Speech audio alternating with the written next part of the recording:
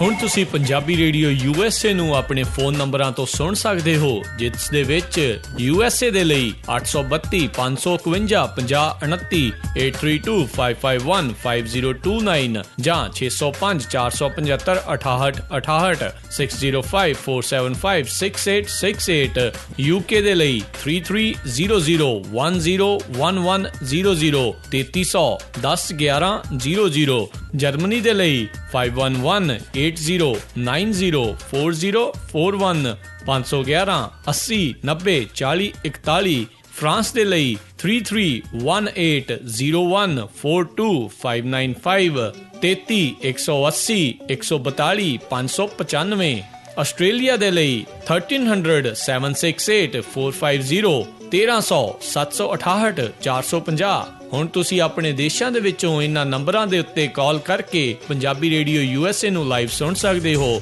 ਇਸ ਦੇ ਨਾਲ ਹੀ ਤੁਸੀਂ ਖਬਰਾਂ, ਖਬਰ ਤੇ ਨਜ਼ਰ, ਸਿਹਤ ਸੰਭਾਲ ਦਾ ਪ੍ਰੋਗਰਾਮ, ਨਾਨ ਸਟਾਪ ਪੰਜਾਬੀ ਗੀਤ, ਗੁਰਬਾਣੀ ਰੇਡੀਓ, ਸ਼੍ਰੀ ਦਰਬਾਰ ਸਾਹਿਬ ਜੀ ਦੇ ਹੁਕਮਨਾਮਾ ਸਾਹਿਬ ਦੀ ਵਿਆਖਿਆ ਪੰਜਾਬੀ ਅਤੇ ਅੰਗਰੇਜ਼ੀ ਦੇ ਵਿੱਚ, ਵੱਖ-ਵੱਖ ਗੁਰੂ ਘਰਾਂ ਦਾ ਸਿੱਧਾ ਪ੍ਰਸਾਰਣ, ਇਹ ਸਾਰਾ ਕੁਝ ਇਹਨਾਂ ਨੰਬਰਾਂ ਤੇ ਡਾਇਲ ਕਰਕੇ ਸੁਣ ਸਕਦੇ ਹੋ। ਸੁਣਦੇ ਰਹੋ ਪੰਜਾਬੀ ਰੇਡੀਓ USA।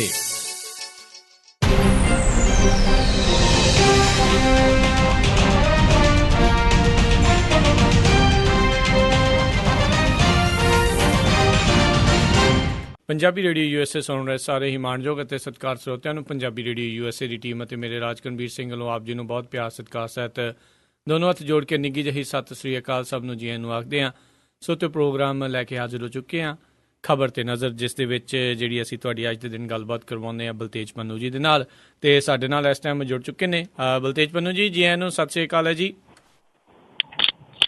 ਸਤਿ ਸ੍ਰੀ ਅਕਾਲ ਜੀ, ਧੰਨਵਾਦ ਜੀ, ਬਹੁਤ ਮਿਹਰਬਾਨੀ, ਥੈਂਕ ਯੂ।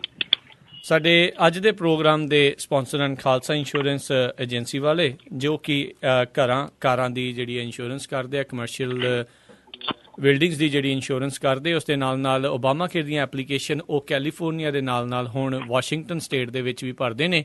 ਵਧੇਰੇ ਜਾਣਕਾਰੀ ਲਈ ਤੁਸੀਂ ਇਹਨਾਂ ਨੂੰ ਕਾਲ ਕਰ ਸਕਦੇ ਹੋ, ਨੰਬਰ 408 272 2500 408 272 2500 ਇਸ ਦੇ ਉੱਤੇ। ਅਤੇ ਜੇ ਤੁਸੀਂ ਜਾਂ ਕੋਈ ਹੋਰ ਕਾਰੋਬਾਰ ਇਸ ਪ੍ਰੋਗਰਾਮ ਨੂੰ ਸਪਾਂਸਰ ਕਰਨਾ ਚਾਹੁੰਦੇ ਹੋ, ਉਸ ਦੇ ਲਈ ਤੁਸੀਂ ਸੰਪਰਕ ਕਰ ਸਕਦੇ ਹੋ, ਨੰਬਰ 408 722 7698 408 722 7698 ਦੇ ਉੱਤੇ। ਅਤੇ ਬਲਤੇਜ ਪੰਨੂ ਜੀ, ਆਪਣੀ ਗੱਲਬਾਤ ਦਾ ਜਿਹੜਾ ਸਿਲਸਿਲਾ ਸ਼ੁਰੂ ਕਰਦੇ ਹਾਂ, ਅਕਾਲੀ ਦਲ ਦੀ ਜਿਹੜੀ ਕੋਰ ਕਮੇਟੀ ਦੀ ਮੀਟਿੰਗ ਹੈ, ਉਸ ਦੇ ਵਿੱਚੋਂ ਇਹ ਜਿਹੜੀ ਭਾਵਨਾ ਇੱਕ ਹਿਸਾਬ ਦੇ ਨਾਲ ਸਾਹਮਣੇ ਆਈ ਆ ਵੀ ਉਹ ਡਰ ਗਏ ਨੇ ਭਾਜਪਾ ਤੋਂ ਬੁਰੀ ਤਰ੍ਹਾਂ।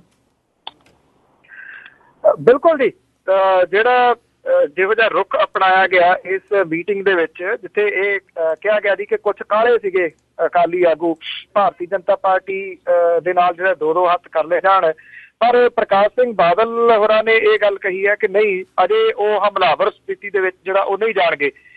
ਉਹਨਾਂ ਨੇ ਰੋਕਿਆ ਕਿ ਜਿਹੜੇ ਅਕਾਲੀ ਦਲ ਵਾਲੇ ਨੇ ਉਹ ਕੋਈ ਬਿਆਨਬਾਜ਼ੀ ਜਿਹੜੀ ਆ ਉਹ ਨਾ ਕਰਨ ਭਾਰਤੀ ਜਨਤਾ ਪਾਰਟੀ ਦੇ ਵਿਰੋਧ ਦੇ ਵਿੱਚ। ਇਹ ਵੀ ਕਿਹਾ ਗਿਆ ਜੀ ਕਿ ਜਿਹੜੀਆਂ MC ਚੋਣਾਂ ਆ ਰਹੀਆਂ ਨੇ ਉਹਨਾਂ ਨੂੰ ਵੀ ਰਲ ਕੇ ਜਿਹੜਾ ਜੀ ਉਹ ਲੜਿਆ ਜਾਵੇ, ਔਰ ਜਿਹੜੇ ਪਹਿਲਾਂ ਜਿਹੜੇ ਤਰੀਕੇ ਨਾਲ ਵੰਡ ਹੁੰਦੀ ਆ ਉਸੇ ਹੀ ਤਰੀਕੇ ਦੇ ਨਾਲ ਸੀਟਾਂ ਦੀ ਵੰਡ ਜਿਹੜੀ ਆ ਜੀ ਉਹ ਕੀਤੀ ਜਾਵੇ। ਸਵਾਲ ਇਹ ਉੱਠਦਾ ਹੈ ਕਿ ਭਾਰਤੀ ਜਨਤਾ ਪਾਰਟੀ ਪਹਿਲੀ ਵੰਡ ਦੇ ਆਧਾਰ ਦੇ ਉੱਤੇ ਸੀਟਾਂ ਜਿਹੜੀਆਂ ਉਹ ਲੈ ਲੂਗੀ, ਜਿਹੜਾ ਨਾਂ ਦੇ ਵਿੱਚ ਜਵਾਬ ਹੈ ਜੀ। ਇਹ ਗੱਲ ਵੀ ਮੀਟਿੰਗ ਦੇ ਵਿੱਚ ਉਭਰੀ ਕਿ ਕੁਝ ਥਾਵਾਂ ਦੇ ਉੱਤੇ ਭਾਰਤੀ ਜਨਤਾ ਪਾਰਟੀ ਨੇ ਮਦਦ ਨਹੀਂ ਕਰਨੀ, ਅਕਾਲੀ ਦਲ ਜਿਹੜਾ ਜੀ ਉਹਨੂੰ ਇਕੱਲੇ ਤੌਰ ਦੇ ਉੱਤੇ ਜਿਹੜੀ ਆ ਇਹ ਚੋਣ ਉੱਥੇ ਲੜਨੀ ਪੈ ਸਕਦੀ ਹੈ। ਕੁਝ ਹੋਰ ਜਿਹੜੀਆਂ ਸਟ੍ਰੈਟਜੀ ਸੀਗੀਆਂ ਉਹ ਬਣਾਈਆਂ ਗਈਆਂ, ਪਰ ਜਿਹੋ ਜਿਹਾ ਹਮਲਾਵਰ ਪਹਿਲਾਂ ਅਕਾਲੀ ਦਲ ਰਹਿੰਦਾ ਸੀਗਾ ਉਹ ਕਿਤੇ ਗੱਲ ਜਿਹੜੀ ਉਹ ਨਜ਼ਰ ਨਹੀਂ ਆਈ। ਇੱਥੇ ਤਾਂ ਡਿਫੈਂਸਿਵ ਮੋਡ ਦੇ ਵਿੱਚ ਜਿਹੜੇ ਜੀ ਉਹ ਅਕਾਲੀ ਨਜ਼ਰ ਆਏ ਕਿ ਕਿਸੇ ਤਰੀਕੇ ਦੇ ਨਾਲ ਇਹ ਸਮਾਂ ਜਿਹੜਾ ਜੀ ਉਹ ਕੱਢਿਆ ਜਾਵੇ। ਬਹਾਨਾ ਇੱਥੇ ਇਹ ਲਾਇਆ ਗਿਆ ਕਿ ਜਿਹੜੀ ਕੇਂਦਰੀ ਲੀਡਰਸ਼ਿਪ ਹੈ ਭਾਰਤੀ ਜਨਤਾ ਪਾਰਟੀ ਦੀ, ਉਹ ਤਾਂ ਸਾਡੇ ਹੱਕ ਦੇ ਵਿੱਚ ਹੈ, ਉਹ ਸਾਡੇ ਵਿਰੋਧ ਨਹੀਂ ਬੋਲਦੀ, ਇਸ ਕਰਕੇ ਜਿਹੜੇ ਹੇਠਲੇ ਆਗੂ ਨੇ ਉਹਨਾਂ ਦੀਆਂ ਗੱਲਾਂ ਵੱਲ ਬਹੁਤਾ ਜਿਹੜਾ ਜੀ ਉਹ ਧਿਆਨ ਨਾ ਕੀਤਾ ਜਾਵੇ। ਇਹ ਜਿਹੜਾ ਇਗਨੋਰ ਮਾਰਨ ਦੀ ਕੋਸ਼ਿਸ਼ ਜਿਹੜੀ ਕੀਤੀ ਗਈ ਹੈ ਅਕਾਲੀ ਦਲ ਦੀ, ਤੁਸੀਂ ਦੇਖਣਾ ਇਹਦੇ ਨਾਲ ਬਿਆਨਬਾਜ਼ੀ ਜਿਹੜੀ ਆ ਜੀ ਉਹ ਹੋਰ ਵਧੂਗੀ ਤੇ ਹਾਲਾਤ ਜਿਹੜੇ ਨੇ ਅਕਾਲੀ ਭਾਜਪਾ ਦੇ ਵਿਚਾਲੇ ਉਹ ਹੋਰ ਆਉਣ ਵਾਲੇ ਦਿਨਾਂ ਦੇ ਵਿੱਚ ਤੱਤੇ ਪਾਣੀ ਦੇ ਵਿੱਚ ਜਿਹੜਾ ਜੀ ਉਹ ਪੈਣਗੇ। ਅਕਾਲੀ ਦਲ ਸਮਝਦਾ ਕਿ ਚੁੱਪ ਰਹਿ ਕੇ ਇਸ ਵੇਲੇ ਜਿਹੜਾ ਜੀ ਉਹ ਗੁਜ਼ਾਰਾ ਹੋ ਸਕਦਾ ਹੈ, ਜਿਵੇਂ ਬਾਦਲ ਸਾਹਿਬ ਦਾ ਸਟਾਈਲ ਹੈ ਜੀ, ਕਿਸੇ ਗੱਲ ਦੇ ਉੱਤੇ ਬੋਲੋ ਹੀ ਨਾ। ਆਈ ਥਿੰਕ ਉਹ ਪਹਿਲੇ ਸਟਾਈਲ ਦੇ ਵਿੱਚ ਤੇ ਅੱਜ ਦੇ ਸਮੇਂ ਦੇ ਵਿੱਚ ਬਹੁਤ ਵੱਡਾ ਜਿਹੜਾ ਜੀ ਉਹ ਫਰਕ ਆ ਚੁੱਕਿਆ ਹੋਇਆ। ਇਹ ਗੱਲ ਅਜੇ ਅਕਾਲੀ ਦਲ ਸਮਝ ਨਹੀਂ ਰਿਹਾ, ਜਾਂ ਫਿਰ ਸ਼ੈਤਾਨੀਅਤ ਦੇ ਨਾਲ ਤੁਸੀਂ ਕਹਿ ਲਓ ਕਿ ਜਾਣਬੁੱਝ ਕੇ ਭੋਲਾ ਬਣਨ ਦੀ ਕੋਸ਼ਿਸ਼ ਕਰ ਰਹੇ। ਜੀ ਜੀ ਜੀ ਬਿਲਕੁਲ ਜੀ। ਤੇ ਅਗਲੀ ਜਿਹੜੀ ਆਪਾਂ ਗੱਲ ਕਰਦੇ ਹਾਂ ਕ੍ਰਿਕਟ ਨੂੰ ਲੈ ਕੇ, ਜਿਹੜੀ ਸੌਦੇਬਾਜ਼ੀ ਆ, ਜਿਹੜੀ ਉਸ ਦੇ ਵਿੱਚ ਸੱਟੇਬਾਜ਼ੀ ਆ, ਉਹ ਕਾਫੀ ਚਿਰ ਤੋਂ ਜਿਹੜੇ ਇਸ ਦੇ ਚਰਚੇ ਹੁੰਦੇ ਆ ਰਹੇ ਸੀ, ਤੇ ਅੱਜ ਜਿਹੜੇ ਕੋਰਟ ਦੇ ਵੱਲੋਂ ਕਾਫੀ ਵੱਡੇ ਵੱਡੇ ਨਾਮ ਆ ਉਹਨਾਂ ਦਾ ਖੁਲਾਸਾ ਕੀਤਾ ਗਿਆ ਇਸ ਦੇ ਵਿੱਚ।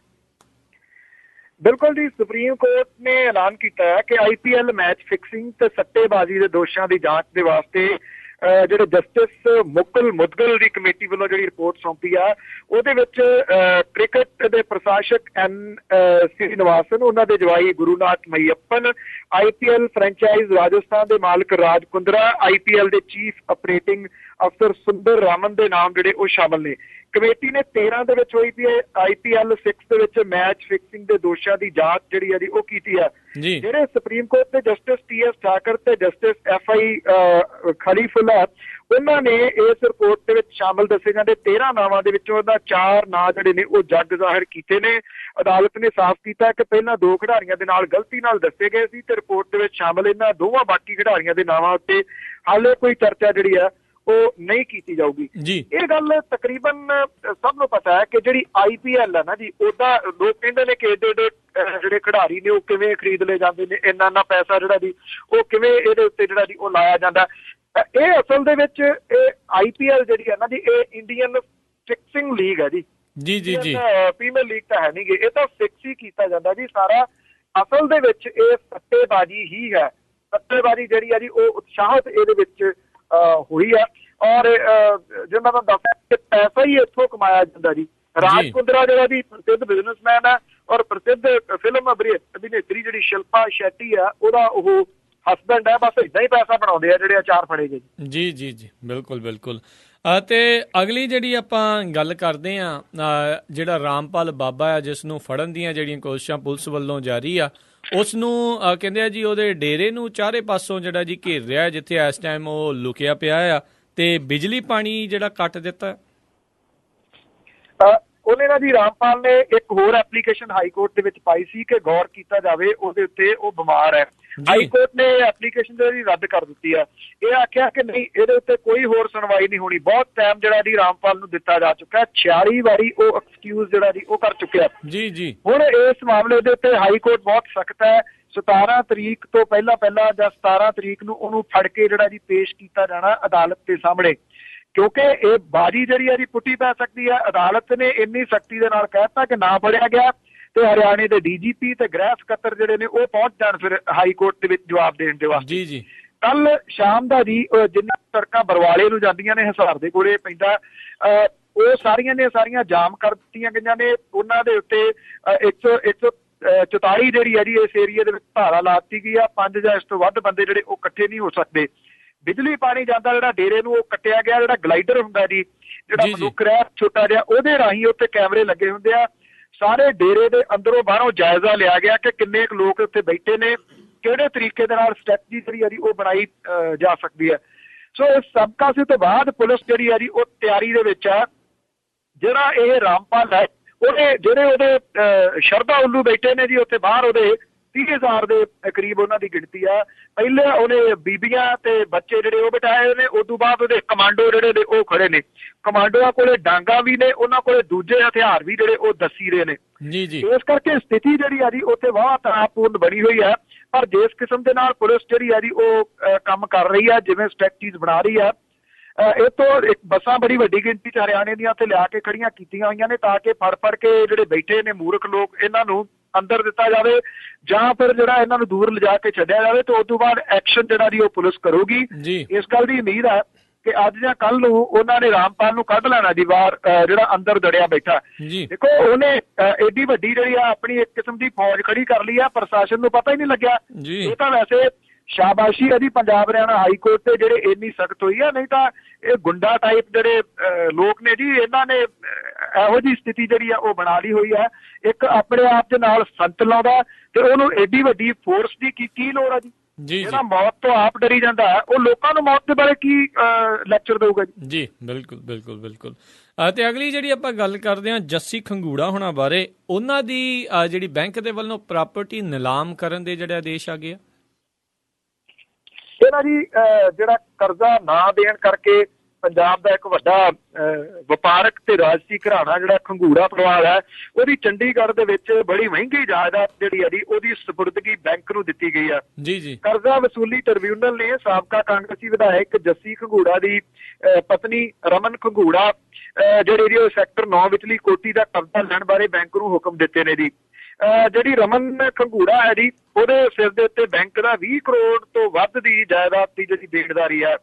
ਟ੍ਰਿਬਿਊਨਲ ਦੇ ਪ੍ਰੈਜ਼ਾਈਡਿੰਗ ਆਫੀਸਰ ਨੇ ਇਸ ਮਾਮਲੇ ਵਿੱਚ ਕਰਜ਼ਦਾਰਾਂ ਦੇ ਵਿਹਾਰ ਤੇ ਬੈਂਕ ਅਧਿਕਾਰੀਆਂ ਦੀ ਕਾਰਗੁਜ਼ਾਰੀ ਦੇ ਬਾਰੇ ਤਿੱਖੀਆਂ ਟਿੱਪਣੀਆਂ ਜਿਹੜੀਆਂ ਨੇ ਉਹ ਕੀਤੀਆਂ ਨੇ।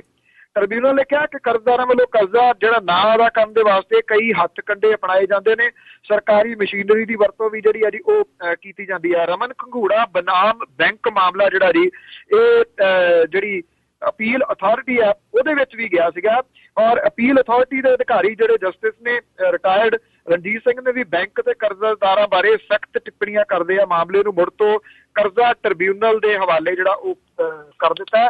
ਦੇਖੋ, ਅਕਸਰ ਲੋਕ ਕਹਿੰਦੇ ਕਿ ਇਹ ਲੋਕ ਕਿਵੇਂ ਅਮੀਰ ਹੋ ਜਾਂਦੇ ਨੇ ਸਿਆਸਤ ਦੇ ਵਿੱਚ ਆ ਕੇ।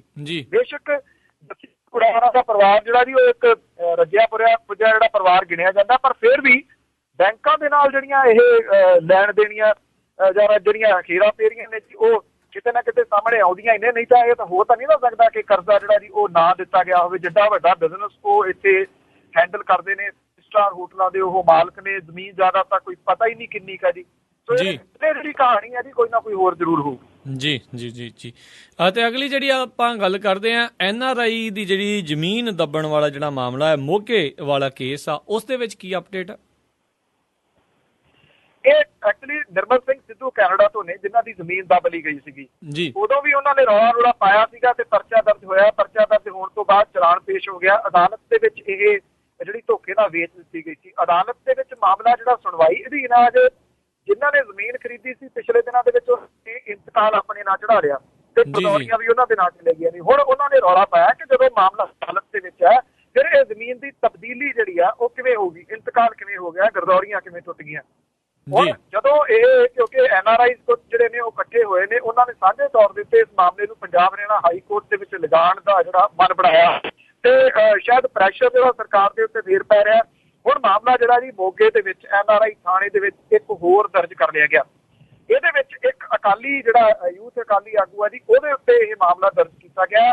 ਇਹ ਐਕਚੁਅਲੀ ਜਿਹੜੇ ਕਬਜ਼ਾ ਕਰਨ ਵਾਲੇ ਨੇ ਜੀ ਉਹ NRI ਮਾਮਲਿਆਂ ਦੇ ਮੰਤਰੀ ਜਿਹੜੇ ਨੇ ਜੀ ਤੋਤਾ ਸਿੰਘ ਹੋਰੀ, ਉਹਨਾਂ ਦੇ ਨੇੜਲੇ ਕਹੇ ਜਾਂਦੇ ਨੇ ਜੀ। ਜੀ ਜੀ। ਅਜੇ ਕੱਲ ਹੀ ਕਹਿ ਰਹੇ ਸੀ ਵੀ NRI ਜਿਹੜਾ ਕਾਫੀ ਜ਼ੋਰਾਂ ਸ਼ੋਰਾਂ ਦੇ ਨਾਲ ਮਿਲਣਾ ਚਾਹੁੰਦੇ ਨੇ, ਜਿਹੜੇ ਆ ਮੁੱਖ ਮੰਤਰੀ ਪੰਜਾਬ ਆ ਉਹਨਾਂ ਨੂੰ। ਭਾਰੀ ਮੰਗ ਦੇ ਉੱਤੇ NRI ਜਿਹੜੇ ਮੁੱਖ ਮੰਤਰੀ ਦੇ NRI ਸੰਗਤ ਦਰਸ਼ਨ ਕਰਨੀ। ਜੀ ਜੀ ਜੀ। ਤੇ ਅਗਲੀ ਆਪਾਂ ਗੱਲ ਕਰਦੇ ਹਾਂ ਭਾਈ ਗੁਰਬਖਸ਼ ਸਿੰਘ ਖਾਲਸਾ, ਉਹਨਾਂ ਦੇ ਬਾਰੇ, ਜਿਨ੍ਹਾਂ ਨੇ ਕਿ ਕੁਛ ਚਿਰ ਪਹਿਲਾਂ ਜਿਹੜੀ ਬੰਦੀ ਸਿੰਘਾਂ ਦੀ ਰਿਹਾਈ ਦੇ ਲਈ ਭੁੱਖ ਹੜਤਾਲ ਕੀਤੀ ਸੀ, ਉਹਨਾਂ ਨੇ ਜਿਹੜੀ ਮੁੜ ਕੇ ਭੁੱਖ ਹੜਤਾਲ ਜਿਹੜੀ ਹੈ ਸ਼ੁਰੂ ਕੀਤੀ ਗਈ ਆ। ਪੰਜਾਬ ਦੇ ਕਿਸੇ ਗੁਰੂ ਘਰ ਦੇ ਵਿੱਚ ਉਹਨਾਂ ਨੂੰ ਜਗ੍ਹਾ ਨਹੀਂ ਮਿਲੀ। ਪੰਜਾਬ ਦੇ ਵਿੱਚ ਕਿਸੇ ਜਗ੍ਹਾ ਤੇ ਬਿਲਕੁਲ ਜੀ ਉਹਨਾਂ ਨੂੰ ਜਗ੍ਹਾ ਨਹੀਂ ਦਿੱਤੀ ਗਈ, ਨਾ ਤਾਂ ਕਿਸੇ ਗੁਰਦੁਆਰੇ ਦੇ ਵਿੱਚ, ਨਾ ਕਿਸੇ ਡੇਰੇ ਵਾਲੀ ਜਿਹੜਾ ਕੋਈ ਗੁਰਦੁਆਰਾ ਜੀ ਉਹਦੇ ਉੱਤੇ। ਸ਼ਾਇਦ ਉਹਦਾ ਰੀਜ਼ਨ ਇਹ ਹੈ ਜੀ ਕਿ ਜਿਹੜੀ ਸਰਕਾਰ ਦੇ ਨਾਲ ਕੋਈ ਵੀ ਜਿਹੜਾ ਟੱਕਰ ਲੈਣ ਦੇ ਵਾਸਤੇ ਤਿਆਰ ਨਹੀਂ ਹੈ। ਉਹਨੂੰ ਪਤਾ ਕਿ ਸਿੱਧੀ ਜਿਹੜੀ ਟੱਕਰ ਹੈ ਜੀ ਉਹ ਸਰਕਾਰ ਦੇ ਹੋ ਜਾਣੀ ਹੈ। ਇਸ ਵਾਰੀ ਉਹਨਾਂ ਨੇ ਅੰਬਾਲੇ ਦੇ ਨੇੜੇ ਪੈਂਦਾ ਲਖਨੌਰ ਜਿਹੜਾ ਜੀ ਉੱਥੇ ਦਸਵੇਂ ਪਾਤਸ਼ਾਹ ਦਾ ਗੁਰਦੁਆਰਾ, ਉਸ ਜਗ੍ਹਾ ਦੇ ਉੱਤੇ ਆਪਣੀ ਇਹ ਭੁੱਖ ਹੜਤਾਲ ਜਿਹੜੀ ਹੈ ਆਰੰਭੀ ਹੈ। ਪਿਛਲੇ ਸਾਲ ਵੀ ਉਹਨਾਂ ਨੇ 14 ਨਵੰਬਰ ਨੂੰ ਸ਼ੁਰੂ ਕੀਤੀ ਸੀ, ਇਸ ਵਾਰ ਵੀ ਉਹਨਾਂ ਨੇ 14 ਨਵੰਬਰ ਨੂੰ ਜਿਹੜੀ ਹੈ ਜੀ ਇਹ ਭੁੱਖ ਹੜਤਾਲ ਸ਼ੁਰੂ ਕੀਤੀ ਹੈ ਜੀ। ਜਿਹੜੀ ਹਰਿਆਣੇ ਦੇ ਵਿੱਚ ਇਹ ਭੁੱਖ ਹੜਤਾਲ ਹੋਣੀ, ਅੱਜ ਜਿਹੜੀਆਂ ਅਖਬਾਰਾਂ ਨੇ ਜੀ ਉਹਦੇ ਵਿੱਚ ਕਿਸੇ ਜਗ੍ਹਾ ਵੀ ਇਹ ਖਬਰ ਜਿਹੜੀ ਆ ਉਹਨੂੰ ਥਾਂ ਨਹੀਂ ਮਿਲੀ ਜੀ, ਉਹ ਕਿਤੇ ਨਹੀਂ ਹੈਗੀ ਜੀ। ਪਿਛਲੀ ਵਾਰੀ ਵੀ ਜਿਹੜੀ ਸੀਗੀ ਐਕਚੁਅਲੀ ਜਿਹੜਾ ਪ੍ਰਵਾਸੀ ਮੀਡੀਆ ਜਿਹੜਾ ਵਿਦੇਸ਼ਾਂ ਦੇ ਵਿੱਚ ਚੱਲਦੇ ਰੇਡੀਓਜ਼ ਜਾਂ ਅਖਬਾਰਾਂ ਨੇ ਉੱਥੋਂ ਹੀ ਗੱਲ ਚੁੱਕੀ ਸੀ, ਜਾਂ ਫੇਸਬੁੱਕ ਤੋਂ ਬਾਅਦ ਦੇ ਵਿੱਚ ਜਿਹੜੀ ਸੀ ਜ਼ਿਆਦਾ ਇਹ ਉੱਭਰੀ ਸੀਗੀ। ਸੋ ਜਿਹੜੇ ਗੁਰਬਖਸ਼ ਸਿੰਘ ਖਾਲਸਾ ਨੇ ਉਹਨਾਂ ਨੇ ਕਿਹਾ ਕਿ ਇਸ ਵਾਰੀ ਜਿਹੜੇ ਉਹ ਪਿਛਲੀ ਵਾਰੀ ਕਹਿੰਦੇ ਸੀ ਡਾਇਲੈਕਟ ਤਾਂ ਤਕਰੀਬਨ ਉਹੀ ਨੇ ਵੀ ਜਾਂ ਸਿੰਘ ਹੋਣਗੇ ਜਾਂ ਉਹਨਾਂ ਦੀ ਜਿਹੜੀ ਡੈਡ ਬੋਡੀ ਜਿਹੜੀ ਹੈ ਜੀ ਉਹ ਜਾਊਗੀ। ਉਹਨਾਂ ਨੂੰ ਦੁਬਾਰਾ ਕਿੰਨਾ ਕੁ ਸਹਿਯੋਗ ਮਿਲਦਾ ਜੀ ਇਹ ਵੇਖਣ ਵਾਲੀ ਗੱਲ ਹੋਊਗੀ, ਕਿਉਂਕਿ ਉਦੋਂ ਜਿੱਥੇ ਉਹ ਜਾ ਕੇ ਛੱਡਿਆ ਸਨ ਉਸ ਲੈਵਲ ਤੱਕ ਇਹਨੂੰ ਪਹੁੰਚਾਇਆ ਜਾ ਸਕਦਾ ਜੀ, ਇਹ ਇੱਕ ਸਵਾਲੀਆ ਚਿੰਨ੍ਹ ਹੈਗਾ। ਉਂਝ ਵੈਸੇ ਬੇਅੰਤ ਸਿੰਘ ਕਤਲਕਾਂਡ ਦੇ ਵਿੱਚ ਜਿਹੜੇ ਸ਼ਾਮਲ ਸਜ਼ਾ ਭੁਗਤ ਚੁੱਕੇ, ਉਹ ਦੂਜੀ ਵਾਰੀ ਅੱਜ ਪੈਰੋਲ ਦੇ ਉੱਤੇ ਇੱਕ ਬੰਦੇ ਨੂੰ ਜਿਹੜਾ ਜੀ ਉਹ ਰਿਹਾ ਕੀਤਾ ਗਿਆ। ਜੇ ਦੇਖਿਆ ਜਾਵੇ ਤਾਂ ਥੋੜਾ ਜਿਹਾ ਕਿਤੇ ਨਾ ਕਿਤੇ ਸਿਆਸੀ ਪੱਖ ਵੀ ਹੋ ਸਕਦਾ ਦਾ ਹਰਿਆਣੇ ਦੇ ਵਿੱਚ ਆਖਣਾ ਕਿ ਬੀਜੇਪੀ ਜਿਹੜੀ ਹੈ ਜੀ ਪਹਿਲਾਂ ਇਹਨੂੰ ਉੱਭਰਨ ਦੇਊਗੀ, ਹਰਿਆਣੇ ਦੇ ਵਿੱਚ ਬੀਜੇਪੀ ਦੀ ਸਰਕਾਰ ਹੈ, ਤੇ ਮੁੜ ਕੇ ਇਹਦਾ ਸਿਆਸੀ ਲਾਹਾ ਲੈਣ ਦੇ ਵਾਸਤੇ ਉਹ ਪੰਜਾਬ ਸੰਬੰਧੀ ਕੇਂਦਰ ਤੋਂ ਕੋਈ ਨਾ ਕੋਈ ਫੈਸਲਾ ਕਰਵਾ ਸਕਦੀ ਹੈ, ਪਰ ਇਹਦੇ ਤੋਂ ਅਕਾਲੀ ਦਲ ਮਨਫੀ ਕਰਕੇ। ਜੀ ਸੋ ਕਾਫੀ ਜਿਹੜੀ ਇਸ ਦੇ ਉੱਤੇ ਵੀ ਸਿਆਸਤ ਜਿਹੜੀ ਆ ਹੋ ਸਕਦੀ ਆ। ਤੇ ਅਗਲੀ ਜਿਹੜੀ ਆਪਾਂ ਗੱਲ ਕਰਦੇ ਆ ਗੁਰੂ ਗ੍ਰੰਥ ਸਾਹਿਬ ਜੀ ਦੀਆਂ ਜਿਹੜੇ ਸਰੂਪ ਆ ਕੰਟੇਨਰ ਦੇ ਵਿੱਚ ਜਿਹੜੇ ਸੀਗੇ, ਜਿਹੜਾ ਮਾਮਲਾ ਆ ਉਸ ਦੇ ਉੱਤੇ ਵੀ ਜਿਹੜੀ ਕੀ ਲੇਟੈਸਟ ਅਪਡੇਟ ਹੈਗੀ ਆ?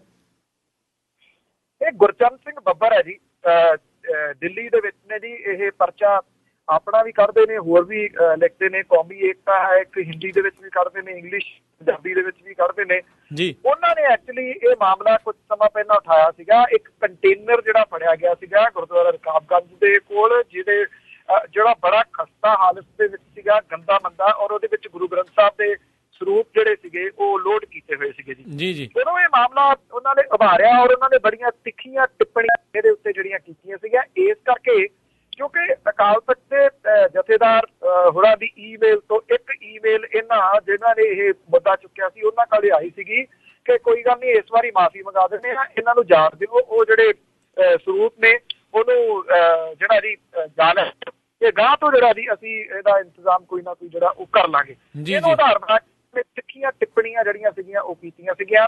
ਉਹਨਾਂ ਨੂੰ ਅਕਾਲ ਤਖਤ ਸਾਹਿਬ ਸੱਦਿਆ ਹੋਇਆ ਕਿ ਇਹਨਾਂ ਤਿੱਖੀਆਂ ਟਿੱਪਣੀਆਂ ਤੁਸੀਂ ਕਿਉਂ ਕੀਤੀਆਂ। 17 ਤਰੀਕ ਨੂੰ ਉਹਨਾਂ ਨੇ ਪੇਸ਼ ਹੋਣਾ ਜੀ। ਗੁਰਚਰਨ ਸਿੰਘ ਬੱਬਰ ਹੋਰੀ ਕਹਿੰਦੇ ਆ ਕਿ ਪਿਛਲੇ ਦਿਨਾਂ ਦੇ ਵਿੱਚ ਮੈਂ ਅਕਾਲ ਤਖਤ ਸਾਹਿਬ ਦੇ ਉੱਤੇ ਮੱਥਾ ਟੇਕਣ ਗਿਆ ਸੀਗਾ ਤੇ ਉੱਥੇ ਮੇਰੀ ਕੁੱਟਮਾਰ ਕਰਨ ਦੀ ਕੋਸ਼ਿਸ਼ ਕੀਤੀ ਗਈ। ਉੱਥੇ ਤਾਂ ਜਿਹੜੀ ਚਿੱਟ ਕੱਪੜੀਆ ਪੁਲਿਸ ਸੀ ਜੀ, ਉਹਨੇ ਬਚਾ ਕੇ ਮੈਨੂੰ ਬਾਹਰ ਲਿਆਂਦਾ। ਉਹਨੇ ਇਹ ਕਿਹਾ ਕਿ ਜੇ ਮੇਰੀ ਪੇਸ਼ੀ 17 ਤਰੀਕ ਨੂੰ ਕਰਨੀ ਆ ਉੱਥੇ, ਤਾਂ ਉਹਦੇ ਵਾਸਤੇ ਉਹਨੇ ਕਿਹਾ ਕਿ ਇੱਕ ਤਾਂ ਉਹਨੂੰ ਸਿਕਿਉਰਿਟੀ ਚਾਹੀਦੀ ਆ, ਦੂਜੀ ਗੱਲ ਉਹਨੇ ਇਹ ਕਹੀ ਆ ਕਿ ਇੱਕ 10 ਮੈਂਬਰੀ ਜਿਹੜੀ ਕਮੇਟੀ ਆ ਉਹ ਮੇਰੀ ਸੁਣਵਾਈ ਕਰੇ, ਕਿਉਂਕਿ ਇਹਦੇ ਵਿੱਚ ਦੋ ਤਾਂ ਧਿਰਾਂ ਨੇ, ਇੱਕ ਧਿਰ ਮੈਂ ਆ ਤੇ ਜਿਹੜੀ ਦੂਜੀ ਧਿਰ ਆ ਜੀ ਉਹ ਹੈਗੀ ਆ ਜੀ ਗੁਰਬਚਨ ਸਿੰਘ ਹੋਰੀ। ਉਹਨੇ ਕਿਹਾ ਕਿ ਜਦੋਂ ਦੋ ਧਿਰਾਂ ਦੇ ਵਿਚਾਲੇ ਰੌਲਾ ਤੇ ਇੱਕ ਧਿਰ ਸੁਣਵਾਈ ਕਿਵੇਂ ਕਰ ਸਕਦੀ ਹੈ, ਤੀਜੀ ਧਿਰ ਜਿਹੜੀ ਆ ਉਹ ਸੁਣਵਾਈ ਕਰੇ। 10 ਮੈਂਬਰੀ ਕਮੇਟੀ ਦੇ ਵਿੱਚ ਉਹਨਾਂ ਨੇ ਕਈ ਨਾਮ ਜਿਹੜੇ ਦੱਸੇ ਨੇ। ਸਿਮਰਨਜੀਤ ਸਿੰਘ ਮਾਨ ਹੋਰਾਂ ਦਾ ਨਾਮ ਵੀ ਆ ਇਹਦੇ ਵਿੱਚ, ਬਲਜੀਤ ਸਿੰਘ ਟੂਵਾਲ ਦਾ ਨਾਮ ਵੀ ਆ ਇਹਦੇ ਵਿੱਚ, ਭਾਈ ਰਣਜੀਤ ਸਿੰਘ ਹੋਰਾਂ ਦਾ ਨਾਮ ਵੀ ਆ ਇਹਦੇ ਵਿੱਚ, ਉਹਨਾਂ ਨੇ ਪ੍ਰਕਾਸ਼ ਸਿੰਘ ਦਾ ਨਾਮ ਵੀ ਪਾਇਆ ਜੀ। ਉਹਨਾਂ ਨੇ ਕਿਹਾ ਕਿ ਜੇ ਕਮੇਟੀ ਜਿਹੜੀ ਆ ਇਹਦੇ ਤੋਂ ਸੁਣਵਾਈ ਨਹੀਂ ਕਰਾਉਣੀ ਤਾਂ ਇਹ ਪੂਰੀ ਜਿਹੜੀ ਕਾਰਵਾਈ ਆ ਜੀ ਉਹਦੀ ਵੀਡੀਓਗ੍ਰਾਫੀ ਕਰਨ ਦੀ ਇਜਾਜ਼ਤ ਉਹਨੂੰ ਦਿੱਤੀ ਜਾਵੇ। ਉਹਦਾ ਇਹ ਕਹਿਣਾ ਕਿ ਕਮਰੇ ਦੇ ਅੰਦਰ ਬਹਿ ਕੇ ਮੈਂ ਕਾਰਵਾਈ ਜਿਹੜੀ ਆ ਉਹ ਨਹੀਂ ਸੁਣਨੀ ਤੇ ਤਾਂ ਜਿਹੜੀ ਆ ਜੀ ਉਹ ਕਰਵਾਉਣੀ ਆ। ਇਹ ਮਾਮਲਾ ਵਾਹਵਾ ਜਿਹੜਾ ਜੀ ਉਹ ਭਖਦਾ ਜਾ ਰਿਹਾ। ਦੇਖਦੇ ਆ 17 ਤਰੀਕ ਨੂੰ ਜੇ ਗੁਰਚਰਨ ਸਿੰਘ ਬੱਬਰ ਹੋਰੀ ਉਹਨਾਂ ਦੀਆਂ ਜਿਹੜੀਆਂ ਸ਼ਰਤਾਂ ਨੇ ਉਹ ਨਹੀਂ ਮੰਨੀਆਂ ਜਾਂਦੀਆਂ, ਪੇਸ਼ ਹੁੰਦੇ ਨੇ ਜਾਂ ਨਹੀਂ। ਜੇ ਨਹੀਂ ਪੇਸ਼ ਹੁੰਦੇ ਤਾਂ ਤੱਕ ਤੋਂ ਉਹਦੇ ਖਿਲਾਫ ਜਿਹੜੀ ਆ ਉਹ ਕੀਤੀ ਜਾਂਦੀ ਹੈ ਜੀ। ਤੇ ਅਗਲੀ ਜਿਹੜੀ ਆਪਾਂ ਗੱਲ ਕਰਦੇ ਹਾਂ, ਪੰਜਾਬ ਭਾਜਪਾ ਦੇ ਵੱਲੋਂ ਅਕਾਲੀਆਂ ਦੇ ਉੱਤੇ ਜਿਹੜੇ ਹਮਲੇ ਆ ਹੋਰ ਵੀ ਤੇਜ਼ ਹੋ ਗਏ ਜੀ। ਇਹ ਹਮਲੇ ਜਿਹੜੇ ਜੀ ਵਾਹਵਾ ਤੇਜ਼ ਹੋ ਗਏ। ਇੱਕ ਤਾਂ ਅਨਿਲ ਜੋਸ਼ੀ ਦੇ ਉੱਤੇ ਜਿਹੜਾ ਅਕਾਲੀਆਂ ਨੇ ਹਮਲਾ ਕੀਤਾ ਸੀ ਉਹਦੇ ਬਚਾਅ ਪੱਖ ਦੇ ਵਿੱਚ ਭਾਜਪਾਈ ਜਿਹੜੇ ਨੇ ਉਹ ਆ ਗਏ ਨੇ ਜੀ। ਕਮਲ ਸ਼ਰਮਾ ਜਿਹੜੇ ਪਹਿਲਾਂ ਹੁਣ ਤੱਕ ਅਜੇ ਸੌਫਟ ਕਾਰਨਰ ਰੱਖਦੇ ਸੀ ਅਕਾਲੀਆਂ ਦੇ ਪ੍ਰਤੀ, ਉਹਨਾਂ ਦੇ ਵੀ ਜਿਹੜੇ ਬਿਆਨ ਉਹਨੇ ਹੁਣ ਉਹ ਤਿੱਖੇ ਹੋਣੇ ਸ਼ੁਰੂ ਹੋ ਗਏ ਨੇ। ਉਹਦਾ ਸ਼ਾਇਦ ਰੀਜ਼ਨ ਇੱਕ ਇਹ ਆ ਕਿ ਜਿਹੜੇ ਤਰੀਕੇ ਦੇ ਨਾਲ ਨਵਜੋਤ ਕੌਰ ਸਿੱਧੂ ਨੇ ਧੜਾ ਧੜ ਜਿਹੜੀ ਆ ਜੀ ਬਿਆਨਬਾਜ਼ੀ ਸ਼ੁਰੂ ਕੀਤੀ ਹੋਈ ਆ, ਹੁਣ ਜਿਹੜੇ ਬੀਜੇਪੀ ਵਾਲੇ ਨੇ, ਕਿਉਂਕਿ ਕਮਲ ਸ਼ਰਮਾ ਕੋਲੇ ਪ੍ਰਧਾਨਗੀ ਆ, ਉਹਨੂੰ ਲੱਗਦਾ ਹੈ ਕਿ ਮੇਰੀ ਪ੍ਰਧਾਨਗੀ ਜਿਹੜੀ ਆ ਉਹ ਕਿਤੇ ਡਾਵਾਡੋਲ ਨਾ ਹੋ ਜਾਏ, ਮੈਂ ਪਿੱਛੇ ਦਾ ਰਹਿ ਜਾ, ਇਸ ਕਰਕੇ ਉਹਦੀ ਜਿਹੜੀ ਬਿਆਨਬਾਜ਼ੀ ਆ ਉਹ ਆਈ ਹੈ। ਅਕਾਲੀਆਂ ਨੇ ਅਨਿਲ ਜੋਸ਼ੀ ਦੇ ਬਾਰੇ ਇਹ ਕਹਿਤਾ ਸੀਗਾ ਕਿ ਇਹਦੀ CBI ਜਾਂਚ ਕਰਾਓ ਕਿ ਇਹਦੇ ਕੋਲੇ ਇੰਨੀ ਪ੍ਰਾਪਰਟੀ ਕਿੱਥੋਂ ਆਈ ਆ। ਜਦੋਂ ਸਿਆਸਤ ਦੇ ਵਿੱਚ ਆਇਆ ਸੀ ਇਹਦੇ ਕੋਲੇ ਕੁੱਖ ਨਹੀਂ ਸੀਗਾ। ਅਕਾਲੀਆਂ ਦੀ ਛਤਰ ਛਾਇਆ ਦੇ ਹੇਠ ਹੀ ਤਾਂ ਪਲਿਆ ਜੀ ਉਹ, ਅਕਾਲੀਆਂ ਦੀ ਛਤਰ ਛਾਇਆ ਦੇ ਹੇਠ ਹੀ ਤਾਂ ਸਾਰਾ ਕੁਝ ਬਣਾਇਆ। ਪਰ ਅਕਾਲੀਆਂ ਨੂੰ ਹੁਣ ਯਾਦ ਆਇਆ ਜੀ ਕਿ ਅਨਿਲ ਜੋਸ਼ੀ ਦੇ ਬਾਰੇ ਵੀ ਬੋਲਣਾ। ਸੋ ਬੇਸ਼ੱਕ ਕਹਿ ਲਓ ਪ੍ਰਕਾਸ਼ ਸਿੰਘ ਬਾਦਲ ਹੋਰਾਂ ਨੇ ਇਹ ਗੱਲ ਮੀਟਿੰਗ 'ਚ ਕਹੀ ਆ ਕਿ ਕੋਈ ਬਿਆਨਬਾਜ਼ੀ ਨਾ ਕੀਤੀ ਜਾਵੇ, ਪਰ ਅਸਲ ਦੇ ਵਿੱਚ ਇਹ ਵੀ ਦੱਸਦੇ ਨੇ ਕਿ ਅੰਦਰ ਖਾਤੇ ਜਿਹੜੀ B ਟੀਮ ਹੈ, C ਟੀਮ ਹੈ ਲੀਡਰਸ਼ਿਪ ਦੀ, ਉਹਨੂੰ ਇਹ ਕਹਿ ਦਿੱਤਾ ਗਿਆ ਕਿ ਕੰਮ ਚੱਕੀ ਚੱਲੋ ਤੁਸੀਂ ਵੀ ਬਰਾਬਰ। ਜੀ ਬਿਲਕੁਲ। ਤੇ ਅਗਲੀ ਜਿਹੜੀ ਗੱਲ ਕਰਦੇ ਨਵਜੋਤ ਸਿੱਧੂ ਦੀ ਵਿੱਚ ਗੱਲ ਕਰਦੇ, ਉਹਨਾਂ ਨੇ ਅੱਜ ਇਹ ਇੱਕ ਬਿਆਨ ਜਾਰੀ ਕੀਤਾ ਹੈ ਵੀ ਜਿਹੜੀਆਂ ਵਿਆਹ ਤੋਂ ਪਹਿਲਾਂ ਮੁੰਡਿਆਂ ਦੇ ਜਿਹੜੇ ਆ ਨਸ਼ੇ ਦਾ ਜਿਹੜਾ ਟੈਸਟ ਆ ਉਹ ਹੋਣਾ ਚਾਹੀਦਾ ਆ। ਕਿਸ ਸੰਦਰਭ ਵਿੱਚ ਤੁਸੀਂ ਦੇਖਦੇ ਹੋ ਇਸ ਨੂੰ? ਮੇਰੇ ਹਿਸਾਬ ਦੇ ਨਾਲ ਇੱਕ ਵਧੀਆ ਜਿਹੜੀ ਇੱਕ ਸੁਜੈਸ਼ਨ ਆ। ਮੈਂ ਸਮਝਦਾ ਜੀ ਬਹੁਤ ਵਧੀਆ ਇਹ ਸੁਜੈਸ਼ਨ ਹੈ। ਜਿਹੜੀ ਕੁੰਡਲੀ ਮਿਲਾਉਣ ਦੀ ਤਾਂ ਲੋੜ ਨਹੀਂ ਹੈਗੀ ਜੀ। ਕੁੰਡਲੀ ਤਾਂ ਜਿਹੜੀ ਨਵੀਂ ਜਨਰੇਸ਼ਨ ਆ ਉਹਨਾਂ ਦੀ ਆਪਸ ਦੇ ਵਿੱਚ ਬਣਦੀ ਹੋਈ ਤਾਂ ਆਪੇ ਹੀ ਮਿਲਾ ਲੈਣੀ ਉਹਨਾਂ ਨੇ, ਉਹ ਕੁੰਡਲੀ ਦੀ ਲੋੜ ਨਹੀਂ ਹੈ। ਅਸਲ ਦੀ ਕੁੰਡਲੀ ਮਿਲਦੀ ਹੋਵੇ ਤਾਂ ਸਾਰਾ ਕੁਝ ਠੀਕ ਹੈ। ਬਿਲਕੁਲ ਇਹ ਜਿਹੜਾ ਟੈਸਟ ਆ ਨਾ ਜੀ ਹੋਣਾ ਚਾਹੀਦਾ। ਅਸੀਂ ਕੁਝ ਸਮੇਂ ਤੋਂ ਇੱਥੇ ਜਿਹੜੀ ਇੱਕ ਪਟੀਸ਼ਨ ਆ ਉਹ ਪਾਈ ਹੋਈ ਹੈ ਹਾਈ ਕੋਰਟ ਦੇ ਵਿੱਚ ਕਿ ਕਰਨਾਟਕ ਦੇ ਵਿੱਚ ਕੀ ਹੈ ਜੀ ਕਿ ਉੱਥੇ ਏਡਸ ਦਾ ਟੈਸਟ ਜਿਹੜਾ ਉਹ ਲਾਜ਼ਮੀ ਕਰਾਰ ਦਿੱਤਾ ਹੋਇਆ ਜੀ। ਜੀ ਜੀ ਜੀ। ਕਿਉਂਕਿ ਜਿਹੜਾ ਨਸ਼ਾ ਨਾ ਜੀ ਉਹਦੇ ਫੈਕਟ ਜਿਹੜੇ ਨੇ ਉਹ HIV ਦੇ ਰੂਪ ਦੇ ਵਿੱਚ ਹੀ ਬਹੁਤੇ ਦਿਸ ਰਹੇ ਨੇ। ਜੀ ਜੀ। ਉਹਨੂੰ ਲੈ ਕੇ ਜੀ ਉਹ ਫੈਸਲਾ ਲਾ ਕੇ ਇੱਥੇ ਪੰਜਾਬ ਹਰਿਆਣਾ ਹਾਈ ਕੋਰਟ ਦੇ ਵਿੱਚ ਪਾਇਆ ਕਿ ਇਸ ਸੰਬੰਧੀ ਪੰਜਾਬ ਹਰਿਆਣਾ ਹਾਈ ਕੋਰਟ ਜਿਹੜੀ ਆ ਉਹ ਪੰਜਾਬ ਦੇ ਵਿੱਚ ਵੀ ਇਹ ਕਰੇ ਕਿ ਵਿਆਹ ਤੋਂ ਪਹਿਲਾਂ ਦੋਵਾਂ ਧਿਰਾਂ ਦਾ HSP ਜਿਹੜਾ ਟੈਸਟ ਹੈ ਉਹ ਲਾਜ਼ਮੀ ਕਰਾ ਦਿੱਤਾ ਜਾਵੇ, ਉਨੀ ਦੇਰ ਤੱਕ ਮੈਰਿਜ ਰਜਿਸਟਰ ਨਾ ਹੋਵੇ ਜੀ। ਜਦੋਂ ਜੇ ਕਿਤੇ ਇਹ ਸਰਟੀਫਿਕੇਟ ਮਿਲਾਉਣੇ ਸ਼ੁਰੂ ਕਰ ਦੇਣ ਉਹਦੇ ਚ ਨਸ਼ੇ ਵਾਲੀ ਜਿਹੜੀ ਆਪੇ ਆ ਜਾਣੀ ਹੈ ਜੀ। ਬਿਲਕੁਲ ਇਹ ਦੁਰਸਤ ਫੈਸਲਾ ਔਰ ਹੋਣਾ ਚਾਹੀਦਾ ਜੀ। ਜੇ ਹੋ ਜਾਣ ਤੇ ਆਈ ਥਿੰਕ ਇਹ ਬਹੁਤ ਸਾਰੀਆਂ ਜਿਹੜੀਆਂ ਨਾ ਜੀ ਕੁੜੀਆਂ ਖਾਸ ਤੌਰ ਦੇ ਉੱਤੇ ਉਹਨਾਂ ਦੇ ਘਰ ਬਚ ਸਕਦੇ ਆ, ਜਿਨ੍ਹਾਂ ਨੂੰ ਬਾਅਦ ਦੇ ਵਿੱਚ ਪਤਾ ਲੱਗਦਾ। ਜਿਹੜੇ ਮੀਡੀਏਟਰ ਸੈਂਟਰ ਖੋਲੇ ਹੋਏ ਨੇ ਸਾਂਝ ਕੇਂਦਰ, ਉਹਨਾਂ ਦੇ ਵਿੱਚ ਤੁਸੀਂ ਜਾਓ ਕਿਤੇ ਤਾਂ ਜਿਹੜੇ ਉੱਥੇ ਕੇਸ ਆ ਰਹੇ ਨੇ ਗੋਲੇ ਵਾਲੇ, ਉਹਦੇ ਵਿੱਚ ਮੈਕਸਿਮਮ ਜਿਹੜਾ ਨਾ ਜੀ ਉਹ ਇਹੀ ਆ ਕਿ ਉਹਨੂੰ ਪਤਾ ਲੱਗਦਾ ਉੱਥੇ ਜਾ ਕੇ ਕਿ ਮੁੰਡਾ ਤਾਂ ਨਸ਼ੇੜੀ ਆ। ਜੀ ਜੀ ਜੀ ਬਿਲਕੁਲ।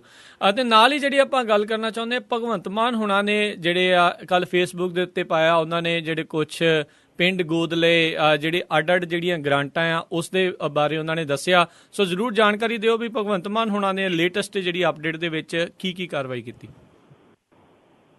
ਜਿਹੜੀ ਇੱਕ ਤਾਂ ਗ੍ਰਾਂਟ ਆਈ ਹੋਈ ਹੈ ਜੀ ਹਰ MP ਨੂੰ ਆਈ ਹੈ 2.5 ਕਰੋੜ ਰੁਪਏ ਦੀ ਜੀ ਅਕਾਊਂਟ ਤੇ, 2.5 ਅਗਲਾ ਆਉਣਾ ਜੀ। ਇਹ ਵਰਤਾਉਣ ਤੋਂ ਪਹਿਲਾਂ ਮੋਸਟਲੀ ਇੰਨਾ ਜ਼ਰੂਰ ਹੈ ਜੀ ਕਿ ਕੁਝ ਜਿਹੜੇ ਐਕਟਿਵ ਮੈਂਬਰ ਪਾਰਲੀਮੈਂਟ ਨੇ ਉਹ ਲੱਗ ਰਿਹਾ ਜੀ ਕਿ ਉਹ ਤੇਜ਼ੀ ਦੇ ਨਾਲ ਇਹ ਪੈਸਾ ਲੋਕਾਂ ਦਾ ਉਹ ਦੇ ਵੀ ਰਹੇ ਨੇ। ਇੱਥੇ ਹੈਰਾਨਗੀ ਵਾਲੀ ਗੱਲ ਆ, ਮੇਰੀ ਰਾਤੀ ਗੱਲ ਹੋ ਰਹੀ ਸੀ, ਤੁਸੀਂ ਸ਼ਾਇਦ ਯਕੀਨ ਨਾ ਕੋਈ ਕਰੇ, ਮਲੇਰਕੋਟਲਾ ਕਿੱਡਾ ਵੱਡਾ ਸ਼ਹਿਰ ਹੈ ਜੀ, ਮੁਸਲਿਮ ਭਾਈਚਾਰੇ ਦਾ ਮੇਰਾ ਖਿਆਲ ਪੰਜਾਬ ਦੇ ਵਿੱਚ ਇੱਕੋ ਹੀ ਸ਼ਹਿਰ ਹੈ ਸਭ ਤੋਂ ਵੱਡਾ। ਉੱਥੇ ਮੰਗੀ ਦਾ ਨੇ ਬਥੇਰਾ ਕੁਝ, ਅਕਾਲੀ ਜਿਹੜੇ ਨੇ ਉਹਨਾਂ ਨੇ ਬਥੇਰਾ ਕੁਝ ਉੱਥੇ ਆਲਮ ਵਰਗੇ ਜਿਹੜੇ ਉਹ ਲਾਏ ਹੋਏ ਨੇ। ਮੁੰਡਿਆਂ ਦਾ +1 ਤੇ +2 ਦਾ ਸਕੂਲ ਹੀ ਹੈ ਨਹੀਂ ਮਲੇਰਕੋਟਲੇ ਦੇ ਵਿੱਚ। ਜੀ ਜੀ ਜੀ 10ਵੀਂ ਤੱਕ। ਜੇ ਉਹਨਾਂ ਨੇ ਕਾਲਜ ਜਾਣਾ 10ਵੀਂ ਕਰਨ ਤੋਂ ਬਾਅਦ ਉਹ ਨੇੜੇ ਦੇ ਪਿੰਡਾਂ ਦੇ ਵਿੱਚ +1 +2 ਦੇ ਵਿੱਚ ਜਾਂਦੇ ਨੇ, ਉੱਥੋਂ ਕਰਕੇ ਫੇਰ ਉਹ ਆਉਂਦੇ ਨੇ।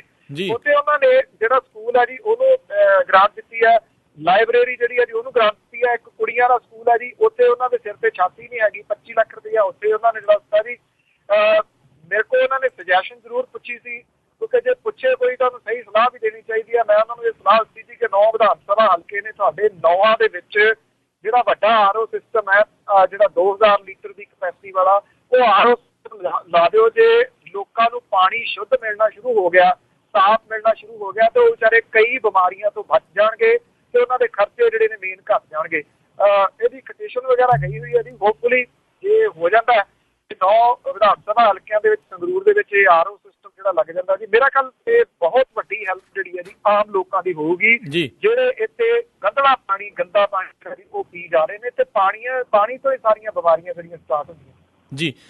ਤੇ ਨਾਲ ਹੀ ਬਲਤੇਜ ਮੈਨੂੰ ਜੀ ਜਾਣ ਤੋਂ ਪਹਿਲਾਂ ਮੈਂ ਪੁੱਛਣਾ ਚਾਹੁੰਦਾ, ਬਹੁਤ ਸਾਰੇ ਜਿਹੜੇ ਕਾਲਰ ਆ ਜੋ ਕਿ ਆਮ ਆਦਮੀ ਪਾਰਟੀ ਦੀ ਹਮਾਇਤ ਦੇ ਵਿੱਚ ਆਏ ਸੀਗੇ ਜਦੋਂ MP ਦੀਆਂ ਇਲੈਕਸ਼ਨਾਂ ਸੀਗੀਆਂ, ਉਹ ਇਸ ਟਾਈਮ ਚਿੰਤਾ ਕਰ ਰਹੇ ਆ ਵੀ ਕੀ ਆਮ ਆਦਮੀ ਪਾਰਟੀ ਆਪਣੇ ਜਿਹੜੇ ਜ਼ਿਲ੍ਹੇ ਦੇ ਜਾਂ ਵਾਰਡ ਦੇ ਜਿਹੜੇ ਪ੍ਰਧਾਨ ਆ ਜਾਂ ਉਹ ਚੀਜ਼ਾਂ ਕਦੋਂ ਬਣਾਏਗੀ। ਉਹਨਾਂ ਨੂੰ ਕਿਤੇ ਨਾ ਕਿਤੇ ਉਹਨਾਂ ਦੀ ਵੀ ਕਹਿੰਦੇ ਉਮੀਦ ਜਿਹੜੀ ਉਸ ਦੇ ਉੱਤੋਂ ਥੋੜੀ ਟੁੱਟਦੀ ਨਜ਼ਰ ਆ ਰਹੀ ਆ। ਤੇ ਨਾਲ ਇਹ ਵੀ ਉਹ ਕਹਿੰਦੇ ਸੀਗੇ ਵੀ ਜ਼ਰੂਰ ਪੁੱਛ ਕੇ ਭਗਵੰਤ ਮਾਨ ਜੀ ਤੋਂ ਜਾਂ ਆਮ ਆਦਮੀ ਪਾਰਟੀ ਵਾਲਿਆਂ ਤੋਂ ਦੱਸੋ ਵੀ ਕੀ ਲੇਟੈਸਟ ਇਸ ਦੇ ਉੱਤੇ ਅਪਡੇਟ ਹੈਗੀ ਆ। ਉਹਨਾਂ ਦੇ ਨਾਲ ਗੱਲਬਾਤ ਜਿਹੜੀ ਕਰ ਲੈਣੀ, ਕਿਉਂਕਿ ਪਾਰਟੀ ਦੀ ਗੱਲਬਾਤ ਤਾਂ ਉਹੀ ਦੱਸਣਗੇ। ਹਾਂ, ਜਿਹੜੇ ਲੋਕ ਨੇ ਮਿਸਟਰ ਨੇ ਜੀ, ਉਹਨਾਂ ਦਾ ਇਹ ਜਿਹੜੀ ਫਿਕਰਮੰਦੀ ਹੈ ਇਹ ਜਾਇਜ਼ ਹੈ, ਬਿਲਕੁਲ ਜਾਇਜ਼ ਹੈ। ਜਿਹੜੇ ਵਰਕਰ ਹੈ ਨਾ ਜੀ ਇੱਥੇ ਪੰਜਾਬ ਦੇ ਵਿੱਚ, ਉਹਨਾਂ ਦੇ ਵਿੱਚ ਇੱਕ ਨਿਰਾਸ਼ਤਾ ਜਿਹੜੀ ਆ ਉਹ ਫੈਲਦੀ ਜਾ ਰਹੀ ਹੈ ਬੜੀ ਤੇਜ਼ੀ ਦੇ ਨਾਲ ਜੀ, ਕਿਉਂਕਿ ਅਜੇ ਤੱਕ ਪਾਰਟੀ ਦਾ ਕੋਈ ਢਾਂਚਾ ਜਿਹੜਾ ਉਹ ਸਾਹਮਣੇ ਨਹੀਂ ਆਇਆ। ਪਾਰਟੀ ਜਿਹੜੀ ਪਤਾ ਨਹੀਂ ਉਹਨੇ ਢਾਂਚਾ ਕਿਹੋ ਜਿਹਾ ਬਣਾਉਣਾ ਜਿਹਦੇ ਵਾਸਤੇ ਇੰਨੀ ਦੇਰ ਜਿਹੜੀ ਆ ਲੱਗ ਰਹੀ। ਇੱਕ ਦੂਜੀ ਗੱਲ ਇਹ ਕਿ ਜਿਹੜੇ ਲੋਕ ਹੁੰਦੇ ਨੇ ਨਾ ਜੀ, ਉਹਨਾਂ ਨੂੰ ਕਿਸੇ ਨਾ ਕਿਸੇ ਪ੍ਰੋਗਰਾਮ ਦੇ ਵਿੱਚ ਸ਼ਾਮਲ ਕਰਕੇ ਰੱਖਣਾ ਪੈਂਦਾ ਜੀ। ਪੰਜਾਬ ਦੇ ਵਿੱਚ ਇੰਨੀਆਂ ਸਮੱਸਿਆਵਾਂ ਜਿਹੜੀਆਂ ਉਹ ਖੜੀਆਂ ਨੇ, ਲੋਕਾਂ ਨੂੰ ਲਾਮਬੰਦ ਨਹੀਂ ਕੀਤਾ ਜਾ ਰਿਹਾ ਜੀ। ਬੋਹਾਪੁਰ ਕਾਂਡ ਜਿਹੜਾ ਹੋਇਆ ਸੀਗਾ, ਮੈਂ ਤਾਂ ਇਹ ਜ਼ਰੂਰ ਕਹੂੰਗਾ ਕਿ ਭਗਵੰਤ ਮਾਨ ਹੋਰਾਂ ਦੀ ਅਗਵਾਈ ਦੇ ਵਿੱਚ ਇੱਕ ਕਮੇਟੀ ਬਣੀ ਸੀਗੀ, ਐਕਸ਼ਨ ਕਮੇਟੀ, ਉਹਦਾ ਕੀ ਬਣਿਆ ਜੀ। ਜੇ ਇਸੇ ਤਰੀਕੇ ਦੇ ਨਾਲ ਇੱਕ ਵਾਰੀ ਤੁਸੀਂ ਬਣਾ ਕੇ ਜਿਹੜਾ ਉਹਨੂੰ ਛੱਡ ਦੇਣਾ, ਇਹ ਲੋਕਾਂ ਦੇ ਨਾਲ ਏਦਾਂ ਦੇ ਧੋਖੇ ਨਹੀਂ ਹੋਣੇ ਚਾਹੀਦੇ। ਪ੍ਰੋਫੈਸਰ ਸਾਧੂ ਸਿੰਘ ਹੋਰੀ ਉਂਝ ਤਾਂ ਕਿਤੇ ਦਿਖਦੇ ਨੀ ਗਏ, ਪਰ ਉਹ ਜਦੋਂ ਹਰਸਿਮਰਤ ਕੌਰ ਬਾਦਲ ਨੇ ਪ੍ਰੈਸ ਕਾਨਫਰੰਸ ਕੀਤੀ ਉਹਦੇ ਨਾਲ ਬੈਠੇ ਨੇ ਜੀ। ਨਰਿੰਦਰ ਸਿੰਘ ਖਾਲਸਾ ਹੋਰੀ ਕਿਤੇ ਨੇ, ਲੋਕਾਂ ਦੀਆਂ ਉਮੀਦਾਂ ਬਹੁਤ ਸਨ। ਇਹਨਾਂ ਲੋਕਾਂ ਨੂੰ ਇੱਕ ਗੱਲ ਸਮਝਣੀ ਚਾਹੀਦੀ ਆ ਕਿ ਲੋਕਾਂ ਨੇ ਬਹੁਤ ਵੱਡੀ ਗਿਣਤੀ ਦੇ ਵਿੱਚ ਆਪਣਾ ਆਪ ਜਿਹੜਾ ਨਾ ਜੀ ਉਹ ਵਾਰ ਕੇ ਜਿਹੜਾ ਜੀ ਇਸ ਪਾਰਟੀ ਦੀ ਮਦਦ ਕੀਤੀ ਸੀ, ਚੇਂਜ ਲੈ ਕੇ ਆਏ ਸੀਗੇ। ਲੋਕਾਂ ਦੀਆਂ ਐਕਸਪੈਕਟੇਸ਼ਨਸ ਬਹੁਤ ਹਾਈ ਨੇ। ਮੈਂ ਨਹੀਂ ਕਹਿੰਦਾ ਕਿ ਸਾਰੀਆਂ ਪੂਰੀਆਂ ਹੋ ਜਾਂਦੀਆਂ ਨੇ ਲੋਕਾਂ ਦੀਆਂ ਮੰਗਾਂ, ਪਰ ਲੋਕਾਂ ਨੂੰ ਇਹ ਲੱਗਣਾ ਤਾਂ ਚਾਹੀਦਾ ਨਾ ਜੀ ਇਹ ਸਾਡੇ ਨਾਲ ਖੜੇ ਨੇ। ਇੱਕ ਇੱਥੇ ਡੈਂਟਿੰਗ ਪੇਂਟਿੰਗ ਦਾ ਕੰਮ ਜਿਹੜਾ ਕਰਨ ਵਾਲਾ ਬੰਦਾ, ਇੱਕ ਦਿਨ ਮੈਂ ਥੋੜਾ ਗੱਡੀ ਦਾ ਕੰਮ ਕਰਾਉਣਾ ਉਹਦੀ ਗੱਲ ਕਰਨ ਲੱਗ ਗਿਆ, ਉਹ ਆਪਣਾ ਮੋਬਾਈਲ ਦਿਖਾਉਣ ਲੱਗਿਆ ਜੀ ਆਹ ਵੇਖੋ, ਕਹਿੰਦਾ ਚੋਣਾਂ ਦੇ ਦੌਰਾਨ ਮੈਨੂੰ ਮੈਸੇਜ ਆਏ ਸੀਗੇ ਤੇ ਮੈਂ ਆਪਣਾ ਕੰਮ ਬੰਦ ਕਰਕੇ ਜਿਹੜਾ ਕੰਮ ਕਰ ਰਿਹਾ, ਪਰ ਨਾਲ ਦੀ ਨਾਲ ਉਹ ਕਹਿੰਦਾ ਜੀ ਸਾਨੂੰ ਬਾਅਦ ਚ ਕਿਸੇ ਨੇ ਪੁੱਛਿਆ ਹੀ ਨਹੀਂ। ਉਹਦੀ ਨਿਰਾਸ਼ਤਾ ਜਿਹੜੀ ਹੇਠਲੇ ਪੱਧਰ ਦੇ ਉੱਤੇ ਫੈਲ ਰਹੀ ਹੈ ਨਾ ਜੀ, ਇਹ ਜਿਹੜੀ ਗੱਲ ਦੀ ਫਿਕਰਮੰਦੀ ਹੈ ਉਹ ਇਹ ਹੈ ਕਿ ਇਹ ਜਿਹੜਾ ਤੇ ਬੀਜੇਪੀ ਵੱਲ ਨੂੰ ਨਾ ਵੱਜੇ, ਕਿਤੇ ਵੱਜਣ ਦੇ ਚਾਂਸਸ ਫੁੱਲ ਬਣਦੇ ਜਾਂਦੇ ਨੇ। ਜੀ ਬਿਲਕੁਲ, ਇਸ ਦਾ ਜਿਹੜਾ ਲਾਹਾ ਆ ਬੀਜੇਪੀ ਜਿਹੜਾ ਚੰਗਾ ਖੱਟ ਸਕਦੀ ਆ। ਤੇ ਬਹੁਤ ਅਸੀਂ ਤੁਹਾਡਾ ਧੰਨਵਾਦ ਕਰਦੇ ਹਾਂ ਬਲਤੇਜ ਪੰਨੂ ਜੀ, ਤੁਸੀਂ ਸਾਡੇ ਨਾਲ ਜੁੜੇ, ਇਹ ਜਿਹੜੀ ਗੱਲਬਾਤ ਕੀਤੀ ਵਿਸ਼ੇਸ਼ ਜਿਹੜੀਆਂ ਅੱਜ ਦੀਆਂ ਖਬਰਾਂ ਸੀ ਉਹਨਾਂ ਦੇ ਉੱਤੇ। ਅਗਲੇ ਬੁਲੇਟਿਨ ਤੱਕ ਲਈ ਤੁਹਾਡਾ ਬਹੁਤ ਧੰਨਵਾਦ ਤੇ ਸਤਿ ਸ੍ਰੀ ਅਕਾਲ। ਥੈਂਕ ਯੂ ਜੀ, ਸਤਿ ਸ੍ਰੀ ਅਕਾਲ। ਸੋ ਤੁਸੀਂ ਸੁਣ ਰਹੇ ਸੀ ਆਪਾਂ ਪ੍ਰੋਗਰਾਮ ਖਬਰ ਤੇ ਨਜ਼ਰ। ਅੱਜ ਦਾ ਪ੍ਰੋਗਰਾਮ ਇੱਥੇ ਹੀ ਸਮਾਪਤ ਹੈ। ਅਗਲੇ ਬੁਲੇਟਿਨ ਤੱਕ ਲਈ ਮੈਨੂੰ ਵੀ ਰਾਜਕਰਨਵੀਰ ਸਿੰਘ ਨੂੰ ਇਜਾਜ਼ਤ ਦਿਓ। ਮੇਰੇ ਵੱਲੋਂ ਆਪ ਜੀ ਨੂੰ ਬਹੁਤ ਪਿਆਰ ਸਤਿਕਾਰ ਸਹਿਤ ਦੋਨੋਂ ਹੱਥ ਜੋੜ ਕੇ ਨਿੱਘੀ ਜਿਹੀ ਸਤਿ ਸ੍ਰੀ ਅਕਾਲ। ਜਿਉਂਦੇ ਵਾਸਤੇ ਜੋ ਹੱਸਦੇ ਖੇਲਦੇ ਰਹੋ ਤੇ ਸੁਣਦੇ ਰਹੋ ਪੰਜਾਬੀ ਰੇਡੀਓ USA।